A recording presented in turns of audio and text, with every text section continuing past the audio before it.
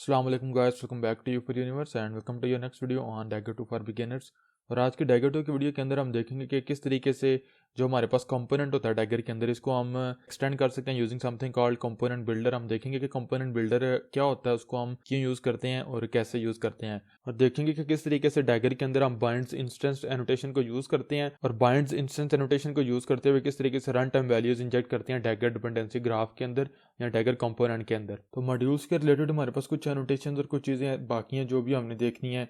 Into set element, into map elements, या हमारे पास multi binding है, वो हमने देखनी है। और ये कंसेप्ट हमारे पास काफ़ी एडवांस और काफ़ी कॉम्प्लेक्स हैं, तो उसको हम जो है वो कुछ टाइम बाद दोबारा कंटिन्यू करेंगे। तो अगर लास्ट वीडियो की बात की जाए तो लास्ट वीडियो के अंदर हमने देखा था कि किस तरीके से कोई भी ऐसी डिपेंडेंसी या वैल्यू जो हमें रन टाइम के ऊपर अवेलेबल होगी वो हम इंजेक्ट कर सकते हैं डैगर के थ्रू, या किस तरीके से रन टाइम के अंदर वैल्यूज़ को पास करते हैं डैगर को, और डैगर उन वैल्यूज़ को अपने डिपेंडेंसी ग्राफ के अंदर ऐड कर लेती है और उनको फिर जहाँ पे भी हमें ज़रूरत पड़ती है वो यूज़ कर सकते हैं हम। हमने क्या किया था कि ये कांस्टेंट जो हमारे पास एंड पॉइंट है, प्रोडक्शन एंड पॉइंट, ये हमने रन टाइम के ऊपर पास किया अपने रियल कनेक्शन मॉड्यूल को, और वो मॉड्यूल के अंदर जो वैल्यू थी वो हमने अपने कंपोनेंट को पास कर दिया है। और ये जो रन टाइम पैरामीटर्स हैं इनको हमने इस तरीके से पास किया है कि जो हमारे पास रियल कनेक्शन मॉड्यूल है, हमने किसी भी मॉड्यूल के ऊपर हम जो है वो उसके कंस्ट्रक्टर के अंदर पैरामीटर्स को रिसीव करते हैं, तो हम जो भी वैल्यू यहाँ पे रिसीव करते हैं उसको हम यूज़ कर सकते हैं डिपेंडेंसी ग्राफ के थ्रू। और ये वैल्यू बेसिकली हम यहाँ पे सेट करते हैं जब हम अपने कंपोनेंट को यहाँ पे बिल्ड कर रहे होते हैं। तो इसके ऊपर तो मैं बाद में बात करता हूँ। मैंने लास्ट वीडियो के अंदर आपको बताया था कि अगर हम चाहें तो हम इस एंड पॉइंट के लिए एक प्रोवाइड्स मेथड क्रिएट कर सकते हैं। तो हम मैं सिंपली यहाँ पे कर लूँगा, प्रोवाइड्स का मेथड आ जाएगा और रिटर्न टाइप मेरे पास आएगी स्ट्रिंग, और इसको मैं यहाँ पे मैं कह दूँगा प्रोवाइड एंड पॉइंट, और ये रिटर्न करेगा this dot M end point. तो अब चूंकि डैगर को ये पता है कि जो एंड पॉइंट की वैल्यू है, यानी कि ये जो स्ट्रिंग है, ये मैंने कहाँ से रिसीव करनी है, इट मीन्स कि अब जो रियल कनेक्शन का यहाँ पे कंस्ट्रक्टर है उसको हम एनोटेट कर सकते हैं। क्योंकि लास्ट वीडियो के अंदर हम पहले इसको इसलिए एनोटेट नहीं कर सकते थे कि डैगर को ये नहीं पता था कि ये स्ट्रिंग मैंने कैसे बिल्ड करनी है, और राइट नो इसको ये पता है कि मैंने कैसे बिल्ड करनी है इस प्रोवाइड्स मेथड के थ्रू। तो हम यहाँ पे कंस्ट्रक्टर को इंजेक्ट कर सकते हैं। इट मीन्स कि यहाँ पे हमें जो है वो रियल कनेक्शन को खुद क्रिएट करने की ज़रूरत नहीं, डैगर क्रिएट करेगी तो हमें यहाँ पे जो है वो कनेक्शन मिल जाएगा। तो यहाँ पे मैं इसको जो है वो सिंपली रिटर्न कर दूंगा कनेक्शन को। अगर आप चाहें तो आप यहाँ पे बाइंड्स मेथड को भी यूज़ कर सकते हैं, लेकिन उसके लिए हमें जो क्लास है वो यहाँ पे अब्स्ट्रैक्ट करनी पड़ेगी। तो मैं इस कोड को जो इसी तरीके से रखूँगा ताकि आप लेटर ऑन कहीं कोड को देखना चाहें तो आप देख सकते हैं। तो अब मेरे पास अगर मैं दोबारा यहाँ पे रन करता हूँ एप्लीकेशन, तो एग्जैक्टली उसी तरीके से काम करेगी जिस तरीके से मेरी एप्लीकेशन पहले काम कर रही थी, क्योंकि डैगर को अब ये पता है कि वो यहाँ पे जो एंड पॉइंट स्ट्रिंग है वो कैसे रिसीव कर सकती है। तो यहाँ पे अगर मैं क्लिक करता हूँ कनेक्ट के बटन के ऊपर, तो हमारे पास प्रोडक्शन एंड पॉइंट हमें मिल रहा है। इट मीन्स कि डैगर ने सक्सेसफुली जो एंड पॉइंट था वो इंजेक्ट कर लिया हुआ है। लेकिन ये वही काम है जो हमने लास्ट वीडियो में किया था, सिंपली हम इसके लिए अब प्रोवाइड्स मेथड यूज़ कर रहे हैं। हम डैगर को ये बता रहे हैं कि जब भी एंड पॉइंट की ज़रूरत पड़े तो वो इस मेथड के थ्रू एक्सेस कर सकती है। लेकिन कीप इन माइंड कि डैगर को ये नहीं पता कि जब भी हमें एंड पॉइंट की ज़रूरत पड़े तो मैंने इस प्रोवाइड्स मेथड को कॉल करना है। अभी तक मैंने इतनी दफ़ा रिपीट किया कि आपको याद हो चुका होगा कि डैगर टोटली टाइप्स को देखते हुए, टाइप्स को मैच करके काम करती है।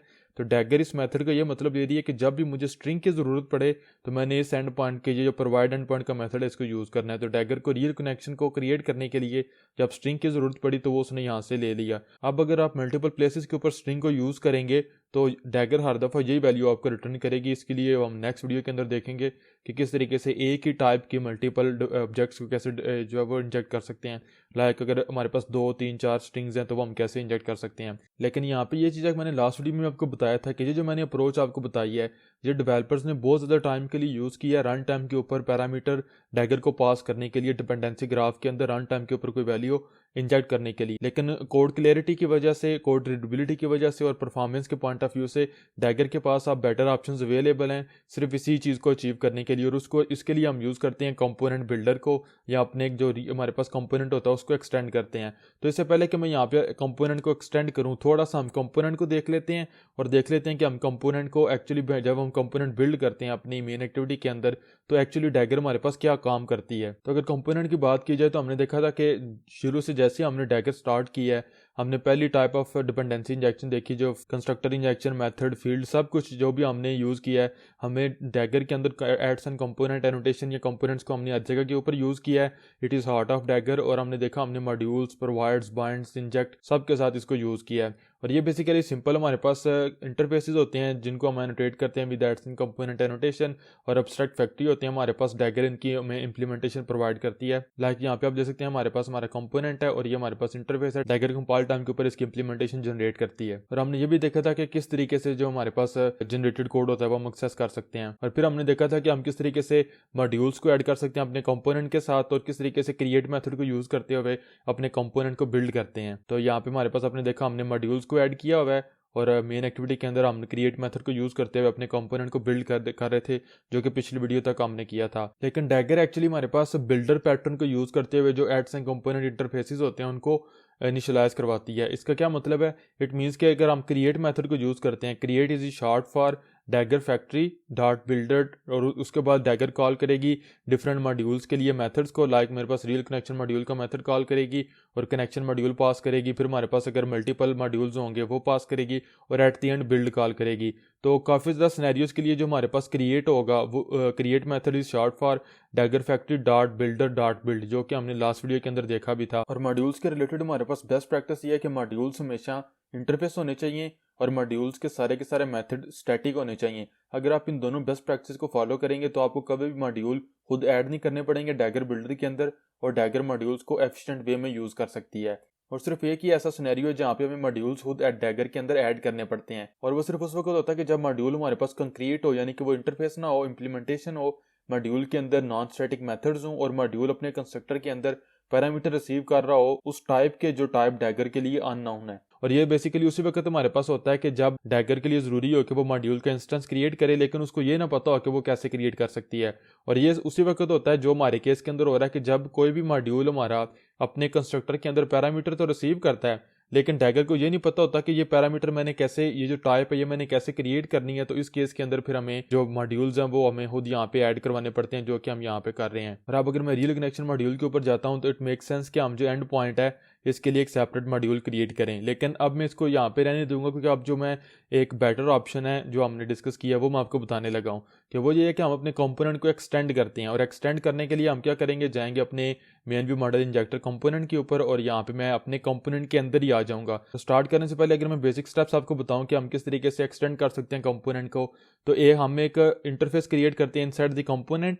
दूसरे नंबर पे हम उसके ऊपर एनोटेशन देते हैं adds and component dot builder की, और उस इंटरफेस के लिए ज़रूरी होता है कि वो एक मेथड डिक्लेयर करे जिसका नाम बिल्ड हो, और वो कोई भी आर्गूमेंट ना ले रहा, और वो रिटर्न करे कंपोनेंट टाइप।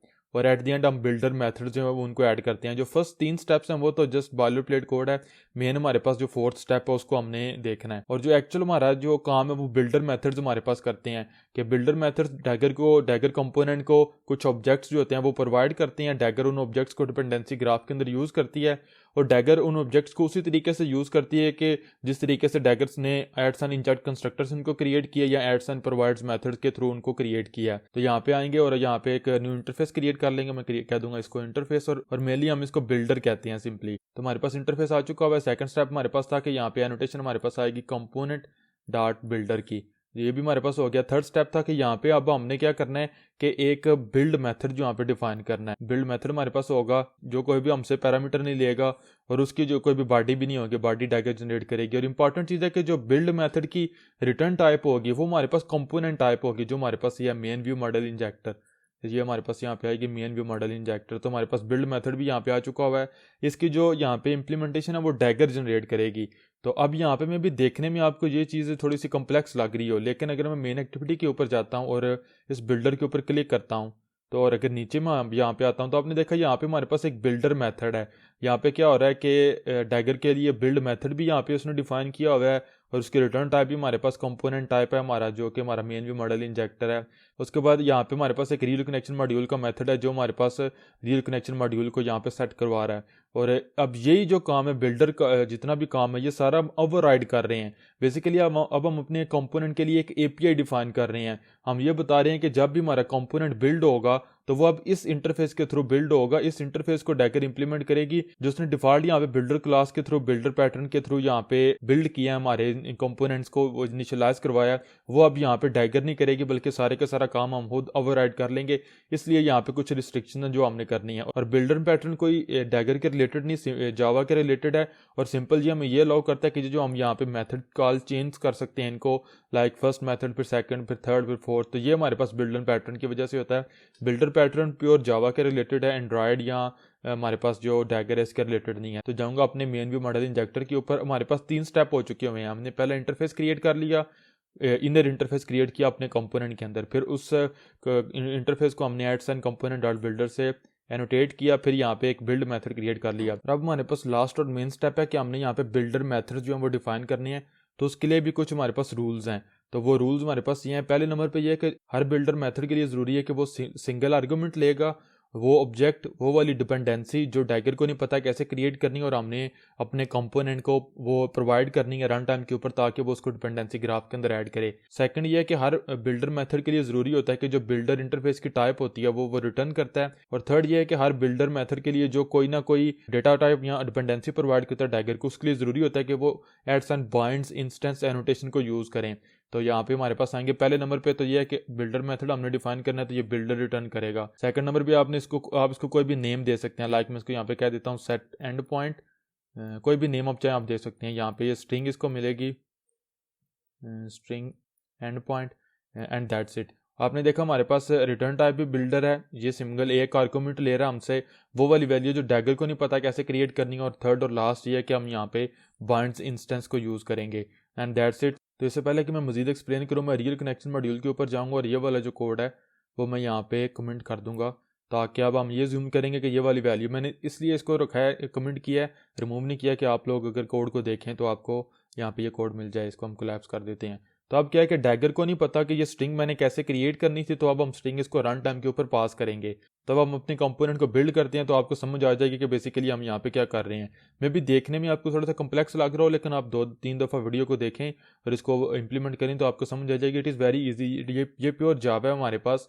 सिंपली ये है कि जो डैगर हमारे पास बिल्डर पैटर्न को यूज़ करते हुए जो कंपोनेंट को इनिशियलाइज करवा रही थी, मॉड्यूल्स को इनिशियलाइज करवा रही थी, वो सारे का सारा काम अब हम खुद कर रहे हैं। और दूसरी चीज़ है कि अगर मैं मेन एक्टिविटी के ऊपर जाता हूं तो यहाँ पे आपने देखा पहले हम कांस्टेंट वैल्यू किसको पास करते हैं, अपने रियल कनेक्शन मॉड्यूल को, और वो मॉड्यूल एनीवे वो वैल्यू अगेन हमारे कंपोनेंट को या हमारी एब्स्ट्रैक्ट फैक्ट्री को पास करता है। तो क्यों ना हम ये करें कि हम वो वैल्यू डायरेक्ट फैक्ट्री को ही पास कर दें, दरमियान में से मॉड्यूल को रिमूव कर दें। तब अगर मैं यहाँ पे अपने बिल्डर मेथड के बाद यहाँ पे अगर आता हूँ तो आपने देखा मुझे सेट एंड पॉइंट का मेथड है वो नहीं मिल रहा। तो मैं यहाँ पे जाऊँगा बिल्ड के ऊपर और रीबिल्ड करूँगा प्रोजेक्ट को। तो अब अगर मैं यहाँ पे नीचे आता हूँ तो मेरे पास यहाँ पे मुझे मेथड मिल रहा है सेट एंड पॉइंट का, जिसको मैं यहाँ पे constants dot production end point pass कर दूंगा, और ये वाली लाइन अब मुझे ज़रूरत ही नहीं। अब आपने देखा डैगर ने ये मेथड जो है रियल कनेक्शन मॉड्यूल वो जनरेट ही नहीं किया, क्योंकि अब वो वाला जो मेथड है वो भी अगर आप यहाँ पे क्लिक करते हैं बिल्डर के ऊपर, तो अब अगर नीचे अगर आप जाएंगे तो जो बिल्डर यहाँ पे हुआ है, जो आपने देखा डैगर ने इस डैगर के इस बिल्डर ने इंप्लीमेंट किया हुआ है जो हमारा बिल्डर इंटरफेस है वो, और जो हमने यहाँ पे मेथड्स वगैरह डिफाइन किए थे, 2 ही मेथड डिफाइन किए थे, बिल्ड मेथड और यहाँ पे सेट एंड पॉइंट, तो वो दोनों इसने यहाँ पे यूज़ किए हुए हैं। और एंड पॉइंट जो है वो ऐसा यहाँ पे क्लास फील्ड यूज़ किया जा रहा है। तो ये अब हमारे पास काम हो चुका है। तो रियल कनेक्शन मॉड्यूल की अब हमें ज़रूरत नहीं, इसको हम यहाँ से रिमूव कर देंगे, एंड दैट्स इट। अब अगर मैं रन करता हूँ एप्लीकेशन को तो सक्सेसफुली जो हमारे पास हमारी एप्लीकेशन है वो रन हो जाएगी। क्लिक करता हूँ कनेक्ट के ऊपर तो आपने देखा प्रोडक्शन एंड पॉइंट। तो ये था कि किस तरीके से हम अपने जो कंपोनेंट होता है हमारे पास डैगर के अंदर उसको एक्सटेंड करते हैं यूजिंग कंपोनेंट डॉट बिल्डर, और किस तरीके से रन टाइम के अंदर वैल्यूज़ को पास करते हैं डैगर के कंपोनेंट को। और इसके लिए हमने यूज़ किया बिल्डर मेथड्स को, और हमने देखा कि उनको हम किस तरीके से यूज़ करते हैं। और इसकी वायद रीज़न ये है कि ये हमारे पास मोर एफिशिएंट है। अब क्योंकि इस वैल्यू के लिए आपने देखा डैगर को जो रियल कनेक्शन मॉड्यूल है उसका जो इंस्टेंस क्रिएट नहीं करना पड़ रहा था। लास्ट वीडियो के अंदर हमने देखा था कि अगर हम यूज़ करते हैं किसी मॉड्यूल के कंस्ट्रक्टर पैरामीटर्स के थ्रू डैगर को रन टाइम वैल्यूज़ पास करते हैं, तो डैगर के लिए उस मॉड्यूल को ऑब्जेक्ट क्रिएट करना ज़रूरी हो जाता है। फिर वो ऑब्जेक्ट हमें खुद भी बिल्डर के थ्रू यहाँ पे क्रिएट करना पड़ता है। लेकिन अब आपने देखा अगेन उस केस के अंदर क्या हो रहा था, हम वैल्यू रन टाइम पास करते थे अपने मॉड्यूल के कंस्ट्रक्टर को, जो कि अगेन पास कर देता था डैगर कंपोनेंट को यहाँ पे जो डिपेंडेंसी है इसके थ्रू। अब हमने क्या किया कि हमने कंपोनेंट बिल्डर को यूज़ किया, और डैगर जिस तरीके से हमारे इस कंपोनेंट को बिल्ड करती है, हमने डिफ़ॉल्ट जो भी उसका डैगर का मेथड था उसको ओवरराइड करके अपना एक मेथड प्रोवाइड किया है, अपना एक तरीका पर एपीआई प्रोवाइड किया जिसके थ्रू डैगर जो है इस कंपोनेंट को इनिशियलाइज करवाएगी, और इस फैक्ट्री को जब वो बिल्ड कर रही होती है तो हम वो वाली वैल्यू डायरेक्टली बिल्डर को दे देते हैं। कंपोनेंट को दे देते हैं, जो कि पहले हम रन टाइम वैल्यू पास करते थे मॉड्यूल को और मॉड्यूल देता था हमारे कंपोनेंट को। हम डायरेक्टली अब वैल्यू कंपोनेंट को पास कर रहे हैं, तो हमें मॉड्यूल को अब डैगर को भी इनिशियलाइज करवाने की, इंस्टेंस क्रिएट करने की ज़रूरत नहीं पड़ी। और अब ये जो हमारे पास सेट एंड पॉइंट के ऊपर अगर मैं जाता हूँ, ये जो हमारे पास मेथड है, जो स्ट्रिंग हमें एंड पॉइंट यहाँ पे मिल रही है, अब डैगर इस एंड पॉइंट को डिपेंडेंसी ग्राफ के अंदर ऐड कर रही है, कंपोनेंट इसको डिपेंडेंसी ग्राफ के अंदर ऐड कर रहा है और उसी तरीके से यूज़ कर रहा है कि डैगर ये समझ रही है कि ये वैल्यू मुझे एड साइन इंजेक्ट से कंस्ट्रक्टर से मिल रही है या किसी प्रोवाइड्स मेथड से मिल रही है। तो ये था गाइस किस तरीके से हम बाइंड्स इंस्टेंस को यूज़ करते हुए और जो कंपोनेंट बिल्डर है उसके थ्रू जो रन टाइम वैल्यूज़ होती हैं वो डैगर को पास करते हैं। और अब लास्ट और इम्पॉर्टेंट चीज़ आपको बताता हूँ कि हमेशा याद रखें, जब भी आप मॉड्यूल्स को यूज़ करें तो आप दो केसेस के अंदर यूज़ करें इनको। आपके जितने भी प्रोवाइड्स मेथड हैं वो आपके पास स्टैटिक होने चाहिए या वो हमारे पास बाइंड्स एनोटेशन को यूज़ करना चाहिए और वो इंटरफेस होने चाहिए। अगर मैं यहाँ पे जो स्टोरेज मॉड्यूल के ऊपर जाता हूँ, डेटा स्टोरेज मॉड्यूल के ऊपर, तो अब ये हमारे पास अब्स्ट्रैक्ट क्लास है और जितने भी प्रोवाइड्स मेथड्स हैं ये हमारे पास स्टैटिक हैं। तो डैगर को ये जो हमारे पास मॉड्यूल है इसका इंस्टेंस क्रिएट करने की ज़रूरत नहीं, इसलिए मैं इसको मेन एक्टिविटी के अंदर सेट नहीं करवा रहा। और सेकंड हमारे पास अप्रोच ये है, अगर मैं यहाँ पे फेक कनेक्शन मॉड्यूल के ऊपर जाता हूँ तो आपका जो भी मॉड्यूल हो वो यहाँ पे इंटरफेस हो सकता है। ये अब्स्ट्रैक्ट क्लास है, आप इसको इंटरफेस भी कर सकते हैं अगर वो बाइंड्स को यूज़ कर रहा होगा। जब तक आप ये दोनों बेस्ट प्रैक्टिस को फॉलो करेंगे कि आपका मॉड्यूल या इंटरफेस है या अब्स्ट्रैक्ट क्लास हो जाए, लेकिन वो इंप्लीमेंटेशन नहीं होनी चाहिए। और दूसरे नंबर पे कि जितने भी प्रोवाइड्स मेथड्स हैं वो स्टैटिक हैं, तो आप मोर एफिशिएंटली डैगर को यूज़ कर रहे होंगे।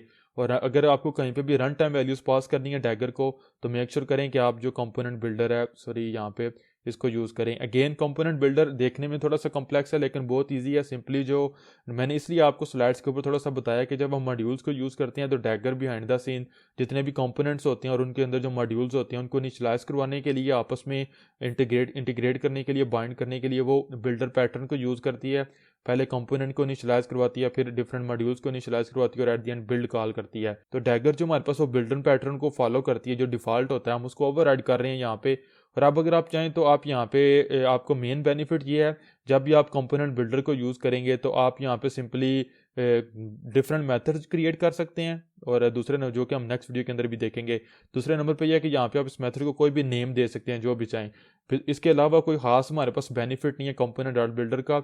मेन जो पर्पस होता है कंपोनेंट डॉट बिल्डर का वो हमारे पास एड्स एंड बाइंड्स इंस्टेंस होता है कि रन टाइम के ऊपर वैल्यूज़ मोर एफिशिएंटली हम पास कर सकें। और जब भी आप गूगल के ऊपर या कहीं पे भी कोड बेस देखेंगे या कोड स्निपेट्स के अंदर देखेंगे बाइंड्स इंस्टेंस को या कंपोनेंट बिल्डर को, तो ये दोनों आपको इकट्ठे ही मिलेंगे और इन दोनों का एक ही मकसद है कि रन टाइम के ऊपर वैल्यूज़ डैगर के डिपेंडेंसी ग्राफ के अंदर पास करनी। तो अब इसको कार्टन के ऊपर भी देख लेते हैं। तो ये हमारे पास कार्टन एग्जाम्पल है। कार एग्जाम्पल अगर मैं यहाँ पे ड्राइसल मॉड्यूल के अंदर जाता हूँ तो लास्ट वीडियो के अंदर हमने इसके कंस्ट्रक्टर के अंदर जो वोल्टेज है वो वैल्यू ली थी। और अगर आप चाहें तो आप प्रोवाइड्स मेथड यहाँ पे क्रिएट कर सकते हैं, लेकिन मैं उसको स्किप करूँगा। तो मैं जाऊँगा जो अपना कार इंजेक्टर है उसके ऊपर, मैंने यहाँ पे कंपोनेंट बिल्डर क्रिएट करना है तो मैं यहाँ पे इंटरफेस क्रिएट कर लूँगा। इसको भी यहाँ पे मैं अगेन बिल्डर कह दूँगा। नेम आप कुछ भी देना चाहें दे सकते हैं, नॉर्मली हम जब बिल्डर देते हैं। और इसके ऊपर अगेन एनोटेशन आएगी मेरे पास कंपोनेंट डॉट बिल्डर की।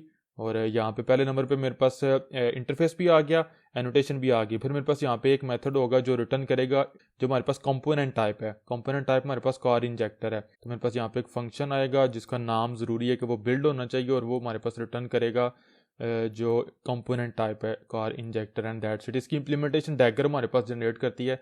मैंने पीछे आपको बताया कि डैगर इसको इंप्लीमेंट करेगी। अब यहाँ पे हमने फोर्थ और लास्ट स्टेप है कि जो हमारे पास बिल्डर मेथड्स हैं वो यहाँ पे ऐड करने हैं।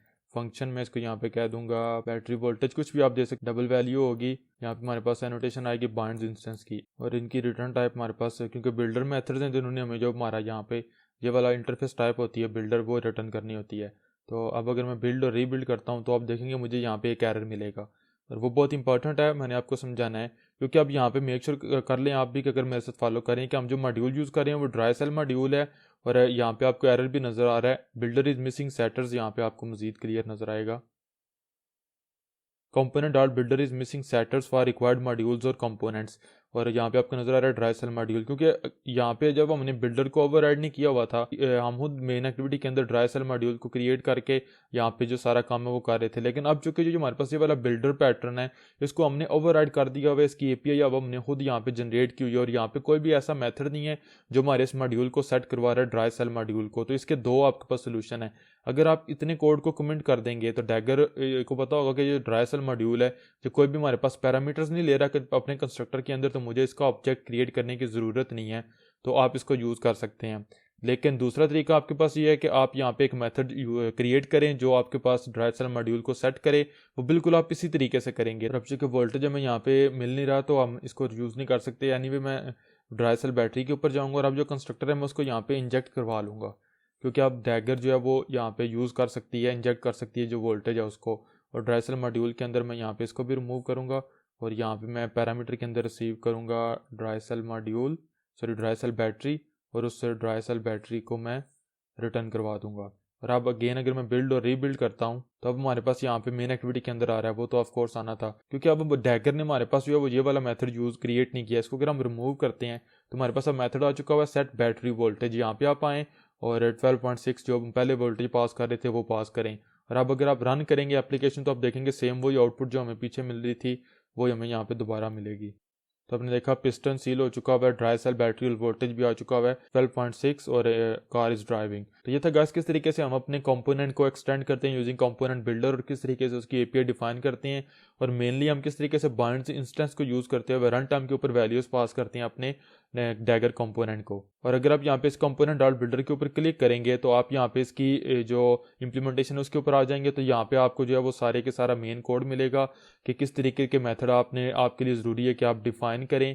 तो आपने देखा वही सारे के सारे मेथड हैं कि ज़रूरी है आप यहाँ पे बिल्ड मेथड को क्रिएट करें और सेटर मेथड्स को क्रिएट करें जो कि बिल्डर को या डैगर को कोई ना कोई ऐसी टाइप प्रोवाइड करेंगे जो डैगर को खुद क्रिएट करने का नहीं पता। तो आप चाहें तो आप यहाँ पे डॉक्यूमेंटेशन को खुद पढ़ भी सकते हैं, अलबत्ता मैंने आपको बता भी दिया मेन पॉइंट्स। तो हमेशा याद रखें कि आप जो अपने मॉड्यूल्स को यूज़ करें वो दो केसेस के अंदर यूज़ करें, या वो इंटरफेस हों या वो स्टैटिक क्लासेस हों। सेकंड नंबर पे ये है कि जब भी आपने रन टाइम वैल्यूज़ पास करनी है डैगर को तो मेक श्योर करें कि कंपोनेंट बिल्डर को पास करें। कंपोनेंट बिल्डर जो है अपने कंपोनेंट को एक्सटेंड करने के लिए हमारे पास मेन स्टेप्स ये होते हैं कि पहले नंबर पे हम अपने कंपोनेंट के अंदर, या ये हमारे पास कंपोनेंट है मेन व्यू मॉडल इंजेक्टर, इसकी एनोटेशन आप देख सकते हैं कंपोनेंट, इसके अंदर एक इंटरफेस क्रिएट करते हैं, आप उसको कोई भी नेम दे सकते हैं, मेनली हम इसको बिल्डर देते हैं। सेकंड नंबर पे इसको एनोटेट करते हैं with adds and component dot builder. Third number पे इसके अंदर एक हम मेथड डिफाइन करते हैं जिसका नाम मेक श्योर कर लें ये मेथड इसका नाम लाजमी है कि बिल्ड ही हो, और फिर ये कोई भी पैरामीटर नहीं लेगा हमसे, और इसकी रिटर्न टाइप जो हमारे पास कंपोनेंट टाइप होगी वो होगी, और इसकी बॉडी नहीं होगी वो डैगर इंप्लीमेंट करेगी, जनरेट करेगी। और जब हमने फिर बाकी हमारे पास होता है कि बिल्डर मेथड्स, यानी कि वो वाले मेथड्स या सेटर मेथड्स जो डैगर को कोई ऐसी डेटा टाइप या डिपेंडेंसी प्रोवाइड करते हैं या ऑब्जेक्ट प्रोवाइड करते हैं जो हमने रन टाइम के ऊपर उसको पास करनी है या उसको नहीं पता कि मैंने कैसे क्रिएट करनी है, तो उसके लिए हम क्रिएट करते हैं बिल्डर मेथड्स को। अगेन बिल्डर मेथड के लिए नेम कुछ भी आप कर सकते हैं यूज़, और जो हमारे पास रिटर्न टाइप होती है वो बिल्डर इंटरफेस होता है। जो बिल्ड मेथड होता है उसकी रिटर्न टाइप कंपोनेंट टाइप होती है, और जो हमारे पास बिल्डर मेथड्स होते हैं इनकी रिटर्न टाइप ये वाला इंटरफेस टाइप होती है। अगर आप यहाँ पे बिल्डर की बजाय कुछ और यूज़ करेंगे तो वो रिटर्न करेंगे आप यहाँ से, और ये हमसे सिंगल एक ही पैरामीटर रिसीव करते हैं, और वो पैरामीटर वो टाइप होती है जो डैगर को हमने पास करनी होती है, जो हमारे केस में एंड पॉइंट है, यानी कि रन टाइम वैल्यू हम यहाँ पे सेट करते हैं। और एट दी एंड हम इनको जो है वो एड्स एंड बाइंड्स इंस्टेंस के थ्रू जो है वो एनोटेट करते हैं, तो हमारे पास जो हमारा काम है वो हो जाता है। तो आई थिंक सो आपको समझ आ चुकी होगी सारी चीज़ों की।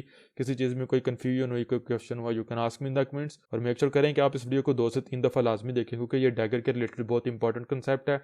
आप राइट नो तो हमारे पास जो कंपोनेंट इसकी डिपेंडेंसी सिर्फ मॉड्यूल्स हैं। नेक्स्ट हम देखेंगे कि अगर हमारे पास जो कंपोनेंट की डिपेंडेंसीज है वो कुछ और कंपोनेंट्स होंगे, तो सुनने में आपको बहुत कॉम्प्लेक्स लग रहा होगा, लेकिन जब हम वन बाय वन आगे जाएंगे स्टेप बाय स्टेप तो आपको बहुत इजीली समझ आएगी चीज़ों की। इसलिए मेक श्योर करें कि इस वीडियो को आप लाजमी अंडरस्टैंड करें, 1 से 2 दफ़ा देखें, 3-4 दफ़ा इंप्लीमेंट करें तो आपको समझ आ जाएगी। तो मेक श्योर कर लें कि आप चैनल को सब्सक्राइब करें और बेल आइकन को दबाएं ताकि आप मेरे लेटेस्ट डैगर 2 के वीडियोज़ को मिस ना कर सकें। वीडियो अगर हेल्पफुल लगी हो, अच्छी लगी हो तो प्लीज़ लाइक करना मत भूलिएगा।